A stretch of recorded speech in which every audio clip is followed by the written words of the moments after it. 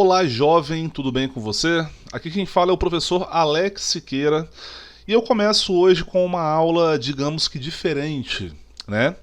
Todas as vezes que você encontrou comigo aqui dessa maneira esse ano, você me viu dando aula de ótica, você me viu dando aula de ondas, você me viu dando aula também do MHS, né? Do Movimento Harmônico Simples, que nós concluímos aí nas últimas aulas. Certo, galera? Na aula de hoje, galera, digo, a partir de hoje, você vai me ver aqui também dando aula sobre uma parte da mecânica, né? Por exemplo, durante o ano de 2020, vocês estudaram na mecânica, por exemplo, as leis de Newton, a ideia de trabalho e de energia. E também vocês estudaram, pessoal, a respeito de condições de equilíbrio, não é? Condições de equilíbrio, equilíbrio, né? O equilíbrio térmico, por exemplo, a soma das quantidades de calor trocadas entre os envolvidos dá zero, né? O equilíbrio de um ponto material, né? Aquele corpo que ele tem uma dimensão que não é compatível com as medidas lá da situação, que ele não tem dimensões levadas em consideração, um corpo bem pequeno mesmo, né? Por exemplo, a soma das forças que atuam nesse corpo aí dá zero, certo? Isso aí seria o equilíbrio estático, né, de um ponto material. Vocês viram também, por exemplo, lá na eletricidade, na parte de eletrostática, que o equilíbrio eletrostático acontece quando o número de prótons e de elétrons se equivalem, né? Por exemplo, ali. Aí o corpo ele é carregado, por exemplo, quando ele tem um desequilíbrio, né? Ele recebe elétrons ou ele doa elétrons por algum processo de eletrização, por exemplo, aí. Então, assim, algumas vezes vocês já estudaram esse ano sobre equilíbrio, a ideia do equilíbrio, né? Aquelas trocas que ocorrem naquela situação tendem a dar zero, beleza?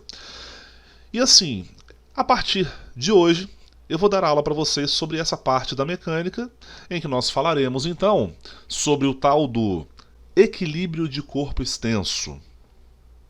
Muito bem.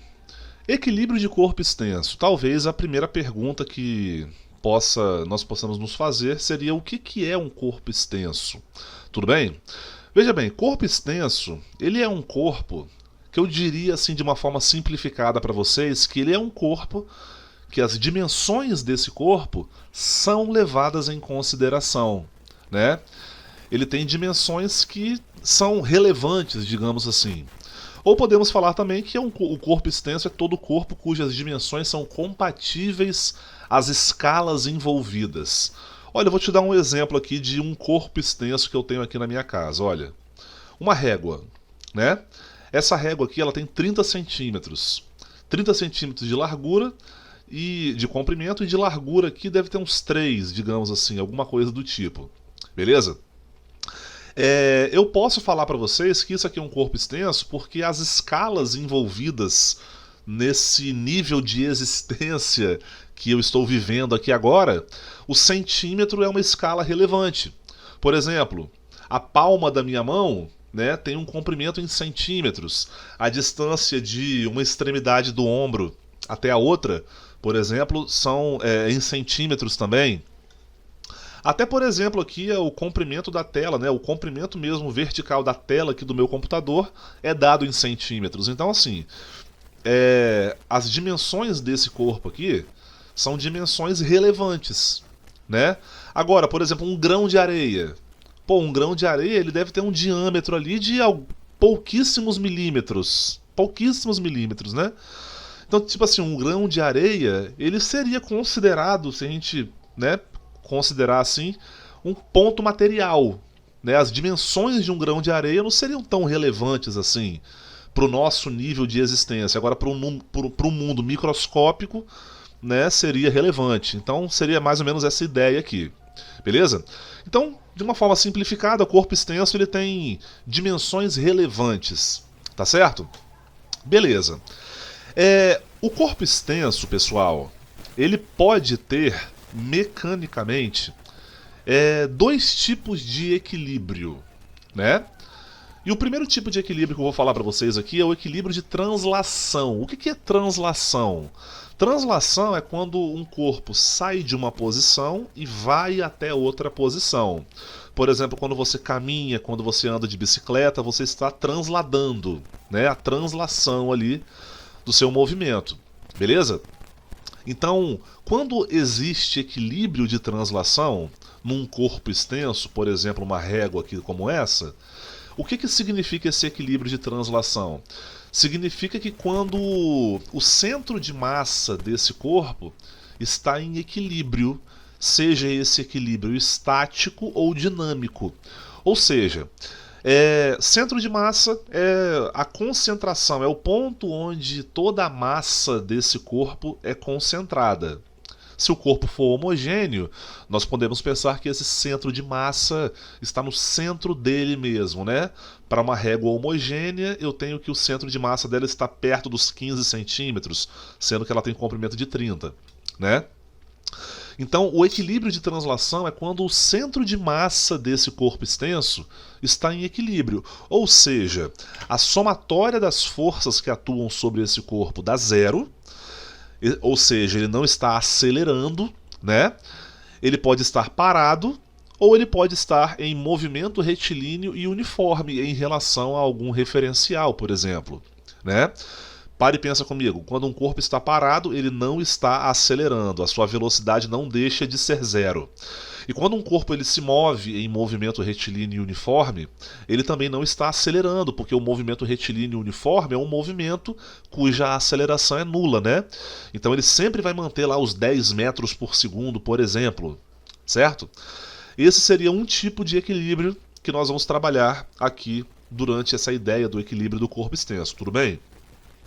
A somatória das forças no centro de massa desse corpo aqui dá zero, ele não acelera, então ele pode estar parado, que seria o equilíbrio de translação estático, ou ele pode estar se movimentando em movimento retilíneo e uniforme, em que a velocidade é diferente de zero e ele também não está acelerando, portanto.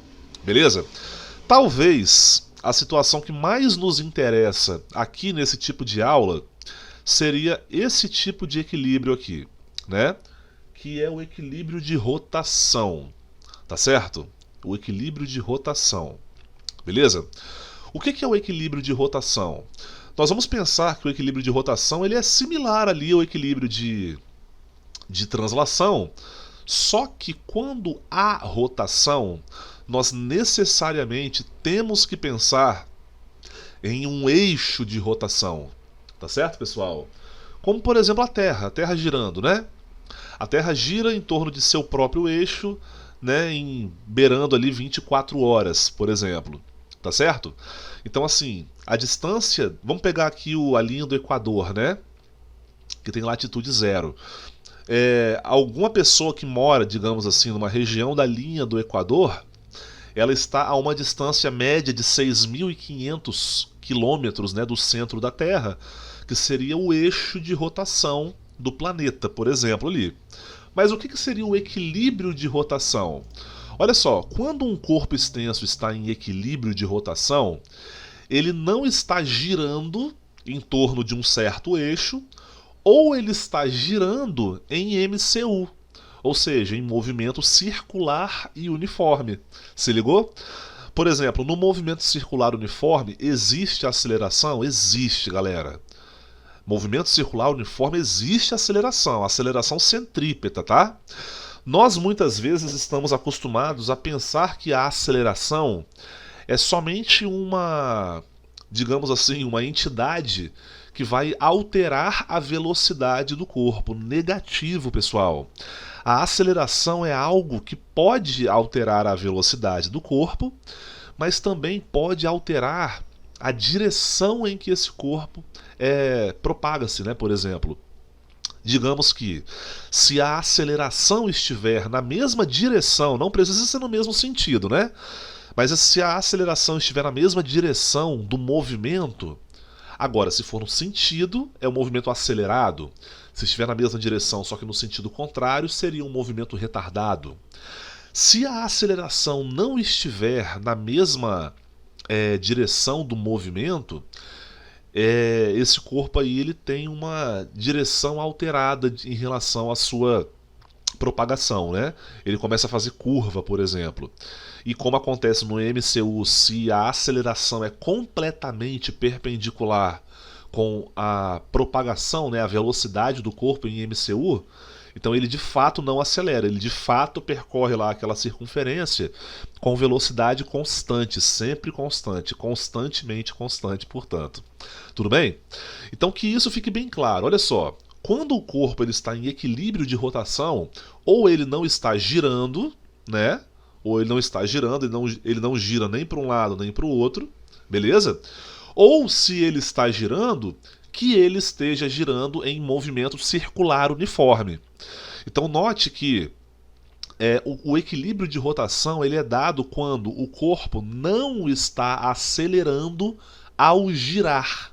Você entendeu essa parte aqui, pessoal? Então, assim, que isso fique bem claro. Agora, qual é a grandeza física que está responsável, né? A grandeza física por trás da rotação?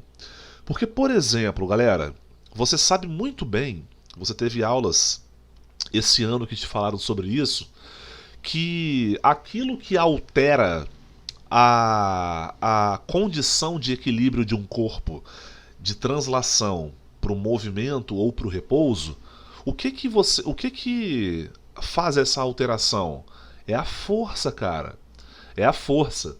Se existe uma força aplicada no centro de massa de um corpo, aquela força ela pode trazer o corpo do movimento para o repouso ou do repouso para o movimento, né?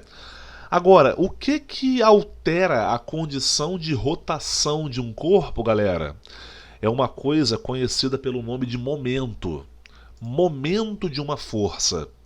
E como você está, de repente, acostumada, né, galera? A condição de equilíbrio, ela diz que a soma de alguma coisa vai dar zero. Beleza? O equilíbrio eletrostático, a soma das cargas dá zero. O equilíbrio térmico, a soma das quantidades de calor trocadas dá zero. O equilíbrio de translação, que você viu agora há pouco, a soma das forças é igual a zero. E o equilíbrio de rotação, a soma dos momentos é igual a zero. Mas professor, peraí, a soma dos momentos igual a zero? Me explica melhor sobre isso. Cara, o momento é aquilo que faz o corpo girar. Eu vou falar para você isso agora, beleza? Então assim, se a soma daquilo que faz o corpo girar dá zero, esse corpo ele não está acelerando ao girar. Então ele pode estar parado ou ele pode girar em movimento circular uniforme. Essa que é a grande ideia. Tá certo, pessoal? Então repara só aqui, gente, olha só. Vamos falar melhor sobre essa questão do momento de uma força em relação a um eixo, né? Porque eu falei para vocês agora há pouco que para o corpo girar, ele precisa girar em torno de um certo eixo, beleza? Por exemplo, meus amores, primeira situação que nós vamos trabalhar aqui numa situação corriqueira, né, cotidiana, a respeito de fazer alguma coisa girar, tudo bem? Por exemplo, alguém abrindo uma porta, né? Alguém abrindo uma porta aí, né, galera? Quando você abre uma porta, vamos forçar um pouco a barra, né? Você causa na porta um movimento, vamos imaginar que 1/4 de uma circunferência. Tudo bem? A porta está numa direção aqui, quando está fechada, né? E ao abrir a porta, ela fica nessa posição aqui, digamos que nessa ideia vertical aqui, por exemplo. Beleza? 1/4 de um movimento circular. Quando você abre a porta, você aplica uma força nela? A resposta é sim, porque ela estava parada e para você abrir ela, você precisa causar um movimento nela, né? E para você tirar alguma coisa do repouso e colocar aquilo em movimento, você precisa aplicar uma força, tudo bem? Agora repara só, gente. Poxa, você sabe que quando você aplica essa força para abrir a porta, que seja, essa força ela é aplicada a uma certa distância do eixo de rotação da porta, que seria a dobradiça. Concorda comigo, pessoal? Por exemplo, há uma distância entre a dobradiça da porta e a maçaneta. Não faria muito sentido se você aplicasse a força, pessoal, tipo aqui assim, ó, mais perto da dobradiça. Não sei se você precisa fazer esse tipo de experiência, mas qualquer coisa faça aí na sua casa. Tenta abrir uma porta, pessoal, aplicando a força perto da dobradiça aqui. Aplicando a força perto da dobradiça.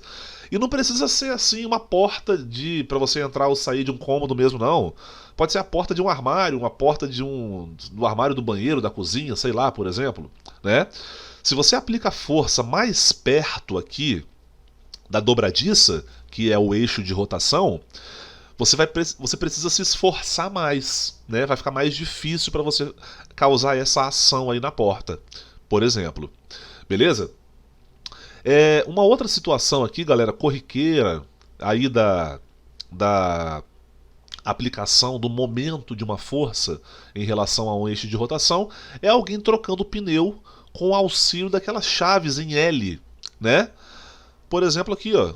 Olha lá, o pneu está furado, aí a pessoa lá está trocando os parafusos lá do pneu, utilizando aí essa chave que tem essa característica em L, tá certo?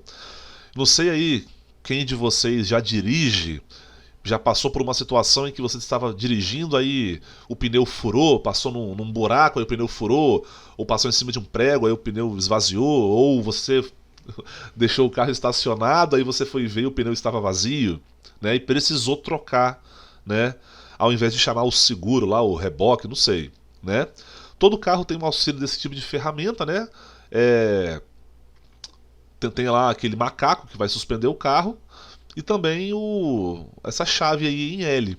Só que um outro exemplo também, pessoal, dessa chave em L aqui, eu até tenho aqui um exemplo para te mostrar. Seria essa ferramenta aqui assim, ó. É uma chavinha mesmo em L, né? Ela tem uma característica aqui de hexágono, não sei se dá para você ver aqui, né, galera? É um hexágonozinho aqui que encaixa lá nos parafusos e dá para, por exemplo, aqui eu utilizo essa chavinha para regular a tensão do braço do meu instrumento, né, do contrabaixo. Ele não tá aqui agora, pessoal, mas o contrabaixo, ele tem, tipo aqui assim, ó, tem um violão, mas ele não tem essa peça, né, essa parte, né? No contrabaixo, na guitarra também é assim. Nessa região aqui nessa extremidade do instrumento, tem tipo um tensor, que seria algo que fica dentro aqui do braço do instrumento, pessoal, para regular se o braço vai ficar muito para cá ou muito para lá. Você pode imaginar também, galera, que o braço do instrumento ele precisa ficar regulado, né? Ele precisa estar numa posição nem muito... Só um segundo. Agora foi. Nem muito para trás e nem muito para frente. Então essa chavinha aqui ela me ajuda a regular a tensão, né? A chavinha em L. É uma chavinha também, pessoal, utilizada para você montar ou desmontar ou regular móveis, né? Cadeiras que são montadas com parafuso, né? Mesa, não sei o que. Esse tipo de chavinha aqui é uma chavinha útil para isso. Beleza? Um outro exemplo aqui também, galera, é a gangorra. Por exemplo, duas crianças aí, duas pessoas brincando numa gangorra, né? Cada uma fica aplicando uma força numa extremidade da gangorra e ela vai girar em torno de um eixo, que seria esse eixo central mesmo aqui. Tá certo, galera?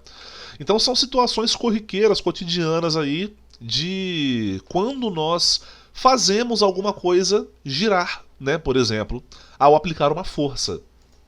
Beleza? Então, falando de forma mais técnica, digamos assim, eu tenho aqui um corpo, esse corpo aqui é extenso, né? Diria para vocês aqui que é um corpo qualquer, né?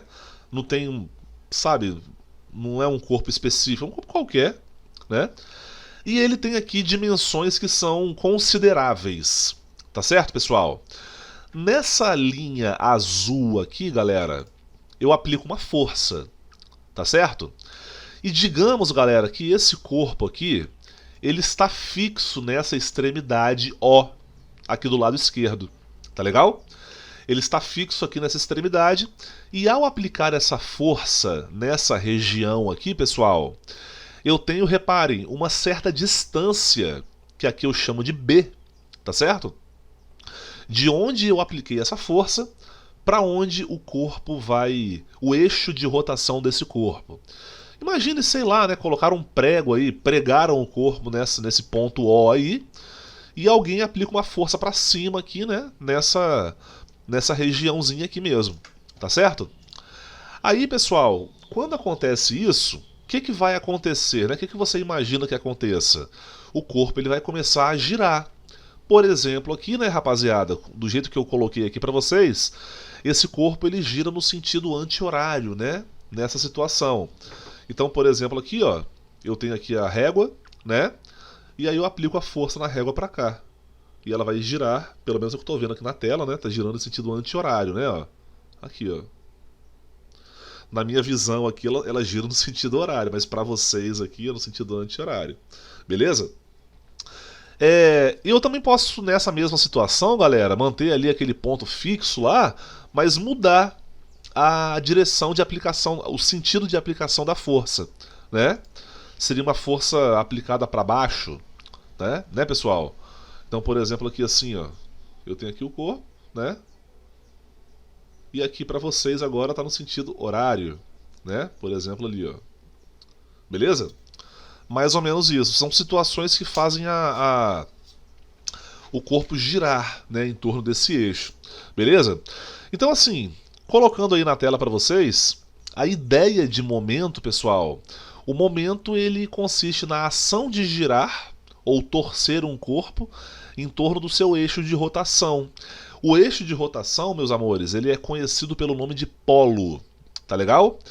E ele gira não à toa, né? Também pela aplicação de uma força. Então, que fique bem claro para vocês que a força, ela é uma grandeza física de, poxa, extrema importância para alterar a condição de movimento de um corpo, né? Se o corpo, por exemplo, ele está com a necessidade de, por exemplo, translação, então a força aplicada naquele corpo faz o corpo ou sair da posição de repouso e ir para a posição de movimento, ou, por exemplo, do movimento para o repouso, ou alterar as condições de movimento mesmo. Ele estava a 5 km por hora, ele passou para 10 km por hora. Ou o contrário, tanto faz, né? E assim, o momento, que é uma relação, como você pode perceber, né, pessoal, de força com distância, né, faz o corpo girar. Então, antes da gente falar o que é o momento aqui no caso, galera, repara nessa situação comigo, pessoal. Olha só, vamos fazer aqui um experimento aqui agora para vocês. Eu tenho aqui a minha régua, pessoal. Onde fica mais fácil, vamos primeiro trabalhar com a distância. Eu vou deixar meu dedo aqui fixo, nessa posição aqui, ó, no zero. Deixa aqui o zero aqui, ó. Beleza? E onde fica mais difícil eu causar a rotação da régua, pessoal? Se eu aplicar a força perto do meu dedo aqui, ou se eu aplicar a força mais afastada aqui do meu dedo, na extremidade oposta? Para e pensa, pessoal.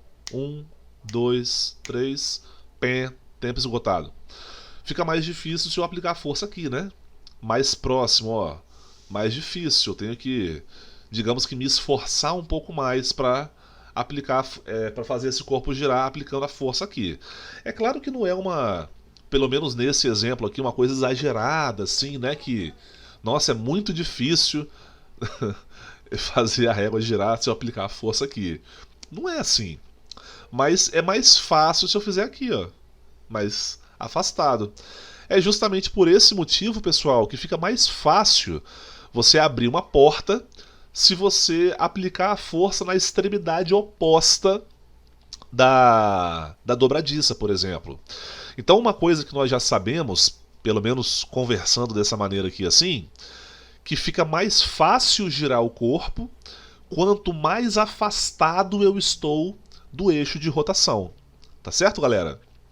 Agora, mantendo, por exemplo, a distância fixa, vamos imaginar que a força ela tem que necessariamente ser aplicada nessa região aqui, o corpo vai girar mais fácil ou mais difícil, digamos assim, se a força for maior.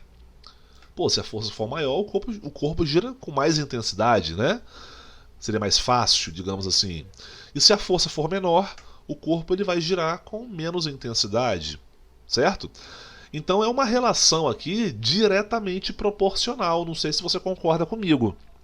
A força é diretamente proporcional ao momento, né? É isso que causa a rotação do corpo, né?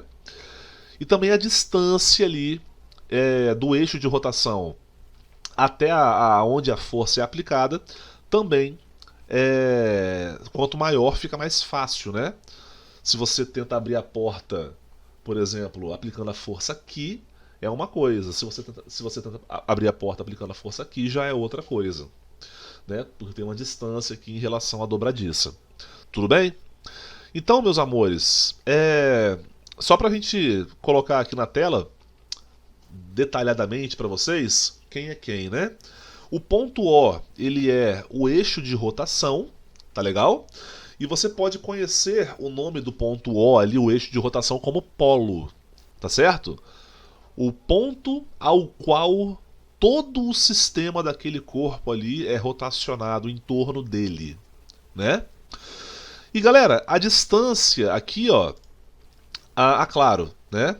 Linha de ação da força vai ser aqui no caso a região, né? Aquela direção de onde a força é aplicada, beleza? E o momento, ele simplesmente vai ser o produto entre a força e a distância da região de onde a força foi aplicada até o eixo de rotação. Tá legal? Em que M é o momento da força, beleza? F é a força aplicada. E atenção para esse detalhe, tá, pessoal? O B aqui, ele é chamado de braço da força. Braço da força. Tá certo? Que é a distância da linha de ação da força até o ponto O, até o polo. Beleza? Então, assim, uma coisa que você pode reparar aqui, primeiramente, uma coisa óbvia, né? Se não existir força, não haverá rotação. Concorda comigo? A força vai tirar o corpo do estado de equilíbrio dele e vai rotacionar ele, né? Então, se não tem força, não tem alteração de condição, então não tem nada disso. Beleza? Agora, pessoal, uma coisa muito importante de ser dita, pode parecer muito óbvio, mas tem que ser dito, se o braço da força aqui, ó, for igual a zero, então não haverá também rotação. Então olha que coisa interessante, pessoal. Por que nós estamos falando de equilíbrio de corpo extenso, né? Porque primeiramente o corpo pontual, né, o ponto pontiforme, né, o corpo pontiforme, ele não tem dimensões que são consideráveis. Então qualquer força que você aplicar num corpo pontiforme, você vai aplicar essa força no centro de massa dela, na concentração da massa ali dela, por exemplo, no centro de gravidade dela. Ou seja, se você aplica essa força, pessoal, no centro de gravidade dela ali, por exemplo, ela vai simplesmente alterar a sua condição de equilíbrio para estático ou dinâmico na translação, né? Agora, por conta desse braço aqui, é por conta desse detalhe de que as dimensões têm que ser consideradas, né? Que nós estamos falando aqui da rotação, né? Em relação aqui ao momento. Porque, por exemplo, olha só, nesse caso aqui, ó, se eu aplico a força no eixo de rotação, simplesmente esse corpo não vai girar, certo? Se aqui tiver um prego aqui assim, se eu aplico a força aqui, ele não vai girar. Se eu aplico a força aqui, ó, a porta não vai girar nada, porque isso aqui é o eixo de rotação da porta, por exemplo, né, galera? Então que fique bem claro isso, tá? Bom, vamos falar mais de que aqui agora, né? Ah, claro. Por convenção, né? Nós atribuímos aí ao positivo como sendo o giro no sentido anti-horário. Nossa, professor, não seria melhor fazer no sentido horário, não? Já que é horário, digamos assim? Não, é porque você sabe que lá no ciclo trigonométrico, né? O sentido positivo lá dos ângulos é o sentido anti-horário, certo? Zero, aliás, aqui, né, para vocês. 0, 90, 180, 270 e 360 de novo, né? Então, assim, por isso que é só por uma questão de convenção. Isso não é obrigação nenhuma, tá, pessoal? Se na hora da conta lá você falar que anti-horário é negativo, vai ser negativo, desde que o horário seja positivo, né? Mas é mais comum, né, utilizarmos aí essa ideia de que o sentido positivo é o anti-horário. Tá legal? Então, sendo assim, o momento ele vai ser o momento positivo, né? Havendo momento, nesse caso aqui não tem por que não existir. Existe uma força, está a uma distância do eixo de rotação, então há momento. Aqui o momento será positivo, beleza? E seria a ideia contrária. A ideia contrária, pessoal, falarmos aqui sobre também o momento negativo, né? Que seria o giro no sentido horário, então, né? Já que o anti-horário é positivo, o horário seria negativo. Beleza? Tudo uma questão de convenção aqui. Então, uma outra coisa, um outro detalhe para vocês também sobre essa matéria que nós estamos falando, galera, é que quando nós estamos trabalhando com translação, nós pensamos que, por exemplo, o positivo é para a direita e o negativo é para a esquerda, né? Quando nós pensamos em rotação, o positivo é anti-horário e o negativo é horário, né? Tem essa diferença mesmo aí. Show de bola, pessoal? Na sequência aqui, galera, vamos falar sobre momento resultante, né?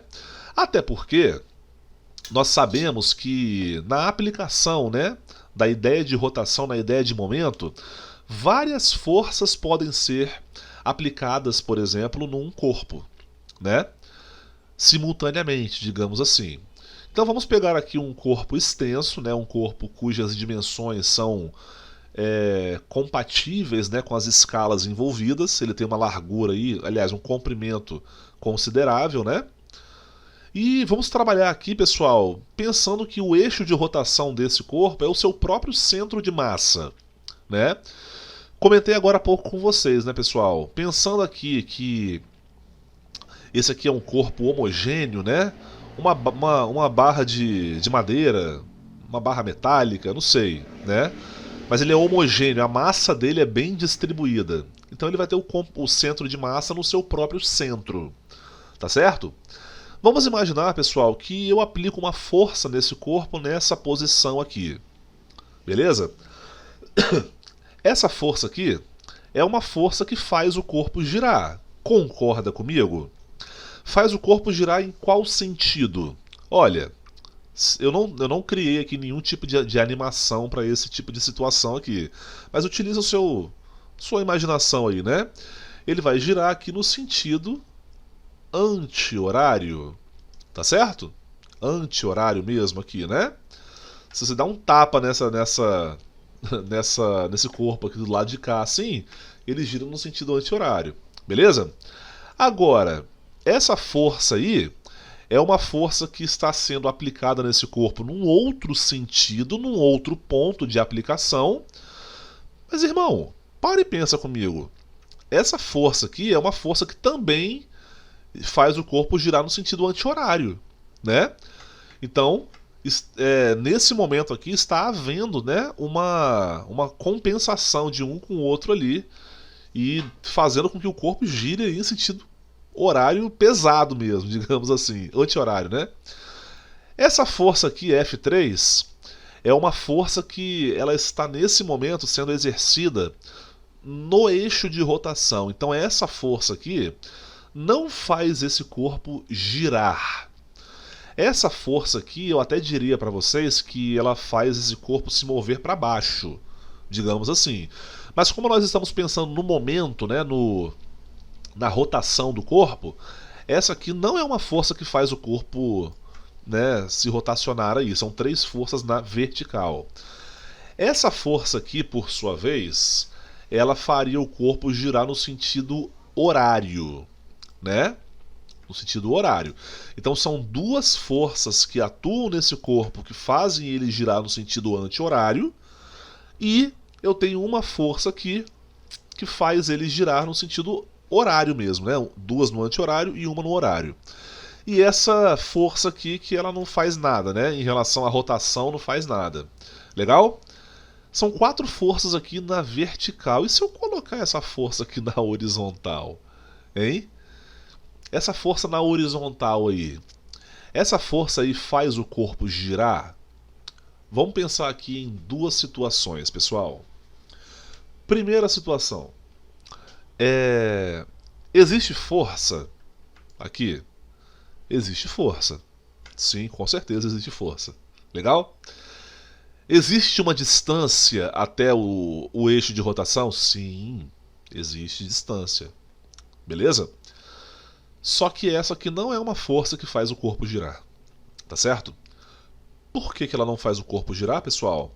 Porque ela é uma força que ela está agora apontando para o eixo de rotação. Assim como essa aqui, ó. Essa força F3 está apontando para o eixo de rotação. Essa força F5 também está apontando para o eixo de rotação. Então toda força que aponta para o eixo de rotação não é uma força que causa rotação no corpo extenso. Anotou isso daí, pessoal? Eu até diria mais para vocês. Veja bem, galera. Eu não coloquei aqui, mas eu até posso falar para vocês que... Deixa eu ver se é esse slide aqui, ó. Não, esse aqui, esse aqui. Eu até diria para vocês, galera, que existe um seno aqui, ó, multiplicando esse FB. Um seno aqui. Igual lá em trabalho. Trabalho não é força vezes deslocamento? Força vezes deslocamento, você coloca muito isso na cabeça, né? Porque muitas vezes a força e o deslocamento estão na mesma direção. Então o ângulo é ou 0 ou 180. Cosseno de 0 é 1, cosseno de 180 é menos 1. Então assim, muitas vezes nós não usamos, né, o cosseno lá na fórmula de trabalho. A mesma coisa aqui. Assim, na grande maioria das vezes, meus queridos e minhas queridas, a força ela é perpendicular com o braço da força. Ou seja, perpendicular é um ângulo de 90 graus.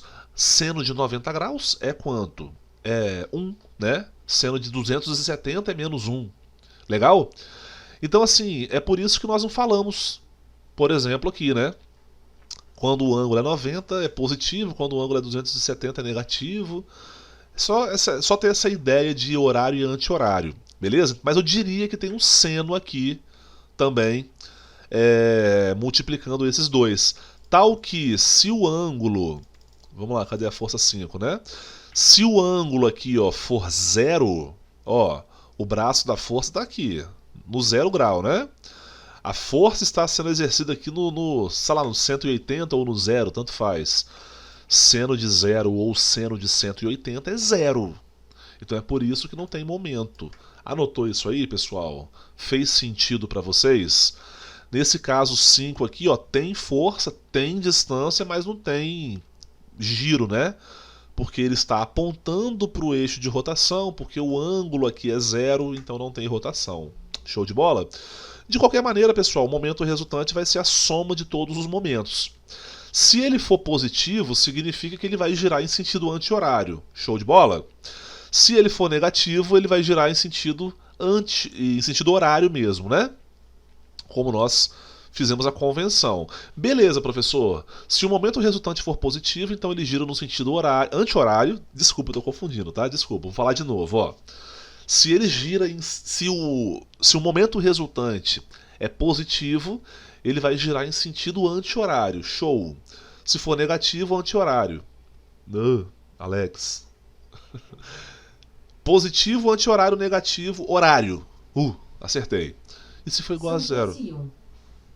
Calma, Alexa. Olha isso, a Alexa me assustando aqui. Muito bem, pessoal. Quem sabe faz ao vivo, hein? Vamos lá, apesar de ser uma aula gravada. Mas vai para edição depois isso aí. Como eu estava dizendo, pessoal, se for positivo é anti-horário, se for negativo é horário, e se for igual a zero? Se for igual a zero ele está em equilíbrio de rotação, caramba. Aí, ó, se for igual a zero, se a soma de tudo isso aqui for igual a zero, esse corpo está paradinho, paradinho, paradinho, ou ele está girando em movimento circular uniforme. Olha que lindo isso, pessoal. Beleza? E aí, rapaziada, nós podemos aplicar essa ideia aqui em algumas situações que facilitam a nossa vida, tá certo? Como, por exemplo, as alavancas. Você conhece as alavancas, pessoal? Existem 3 tipos de alavancas. A primeira alavanca é a alavanca interfixa. E vamos entender logo uma coisa, pessoal. Para você classificar uma alavanca, olha, não precisa ficar decorando essas coisas não, pelo amor de Deus, tá? É só para você entender a diferença aqui. Numa alavanca, pessoal, existe lá o ponto de apoio, né, que seria o eixo de rotação. Existe uma força potente, que é você que vai exercer, e existe uma força resistente, que é a força que você quer que aquela alavanca exerça para você. Tudo bem? O primeiro exemplo aqui é a alavanca interfixa. A alavanca interfixa é uma alavanca que o ponto de apoio, ou seja, o eixo de rotação, está situado entre os pontos da aplicação da força e do objeto a ser movimentado, né? Entre a força potente e a força resistente. Exemplo, pessoal, alicate. O alicate, pessoal, ele tem esse eixo de rotação aqui, ó, ele gira em torno desse eixo aqui. Eu aplico a força aqui, ó, aqui embaixo, aqui, né? É a força potente, e o alicate exerce para mim, lá naquele prego que eu quero tirar daquela tábua, aqui do outro lado a força resistente. Beleza? Então, como está dizendo aí para vocês, pessoal, o ponto de apoio ele está entre a força potente e a força resistente. Show de bola? Então aqui nós temos o exemplo do alicate, nós temos o exemplo da tesoura, tá? Mesma coisa aqui, ó. Eu aplico a força aqui embaixo, o papel que é cortado, por exemplo, está aqui em cima, né?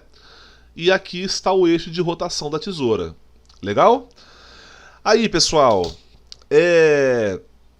na hora de você mover um corpo muito grande, por exemplo, né? Um corpo muito pesado, grande não, né? Mas pesado assim, você pode aplicar uma alavanca interfixa em que a força que você exerce está de um lado, a força que a alavanca exerce está do outro lado, aqui situado na pedra, né, por exemplo, e aqui essa pedrinha seria o ponto de apoio mesmo. Tá legal? E o alicate, como eu falei para vocês também. Legal? Um outro tipo de alavanca interfixa, né, seria a catapulta. Beleza? Aqui está o ponto de apoio, aqui está, digamos assim, a força resistente, e a força potente é o peso aqui desse lado aqui. Muito utilizado em guerras medievais, por exemplo, não sei. Em Game of Thrones e Senhor dos Anéis, ela foi muito utilizada, né? Aí, no caso, a força vai de um lado e a resistência vai de outro, lançando as pedras lá no inimigo. Um personagem de desenho que nunca foi muito bom com esse tipo de aplicação foi o Coyote, né? Olha só, coitado do Coyote. Nos 4 primeiros GIFs aqui, ele está utilizando uma catapulta, né, que seria aí uma alavanca interfixa, né? E ele se dá mal em todas, né? Parece que até as leis da física, como você pode ver nesse quadro aqui de baixo, não fazem muito sentido. E ele também tem essa aqui, ó. Por exemplo, quer ver? Vai logo o GIF. Aqui, ó, ele sai de um lado, a força de outro e o ponto de apoio está no meio dos dois, por exemplo. Um exemplo aí de alavanca interfixa nos desenhos animados. Tem também a alavanca interresistente, né? Que fala assim, ó, a força resistente está entre o ponto de apoio e a força potente. Então a força de resistência está entre o apoio e a força que você exerce. Exemplo, quebra-nozes. Ó, a força resistente que a alavanca exerce no objeto para você está entre o ponto de apoio e a ação da sua força ali também, né? Abridores de garrafa e carrinho de mão. Aqui, ó. A força resistente aqui assim, ó, está entre a força que você faz no carrinho de mão e o eixo de rotação. Queria também citar um outro exemplo para vocês aqui também, ó, galera. Um outro exemplo aqui para vocês, que é o capotraste. Já ouviram falar do capotraste, pessoal, né? Para você aumentar o tom de quando você usa violão, né? Oh, meu Deus do céu, vai quebrar meu capotraste não, hein? O capotraste você coloca nas casas, né, do violão lá, por exemplo, e ele, aqui, ó, a força que você exerce está do mesmo lado aqui, né? Que a força resistente está aqui no meio, a força que você exerce está aqui na outra extremidade e o eixo de rotação está aqui nessa outra extremidade. Beleza? Atenção, galera da maromba aí, ó. Aí, ó. Quando você malha lá a sua panturrilha, né? Você está utilizando uma alavanca interresistente, certo? Olha só. A força resistente ao seu peso do corpo, que está nessa direção aqui. A força que você faz na sua panturrilha, por exemplo, aqui vai ser a força potente. E o polo vai ser nessa região próxima aí dos seus dedos. Beleza? A alavanca interpotente vai ser a última aqui, né? Nesse tipo de alavanca, a força potente está entre o ponto de apoio e a força resistente. Então, tipo assim, sempre alguém está no meio, né? Na interfixa, o ponto de apoio está no meio. Na interresistente, a força resistente está no meio. E a interpotente é a força potente que está no meio, né? Pinça e cortador de unhas, né? Olha só, pinça. A pinça. A força que eu faço, ó, a força que eu faço está no meio. A força resistente está aqui nessa extremidade aqui. E nessa outra extremidade aqui está o eixo de rotação, né, o apoio. Também acontece a mesma coisa aqui, ó, com o cortador de unhas. Eu faço a força no meio, a resistente está aqui que vai cortar a unha e aqui será, né, o polo mesmo. Beleza? Como você pode ver. E também aí a galera da maromba, ó, vai malhar aí, ó, os bíceps aí. Ah, não gosto de fazer esse tipo de coisa aqui não, que não gosto não. Mas enfim, né, a galera da malhação aí, quando você vai malhar ali, rosca concentrada, rosca direta, né, bíceps, por exemplo, é uma alavanca interpotente também. Tudo bem, pessoal? Galera, semana que vem vamos fazer exercícios sobre essa matéria, beleza? E no mais, professor Alex fica por aqui. Essa foi mais uma aula e valeu, fui!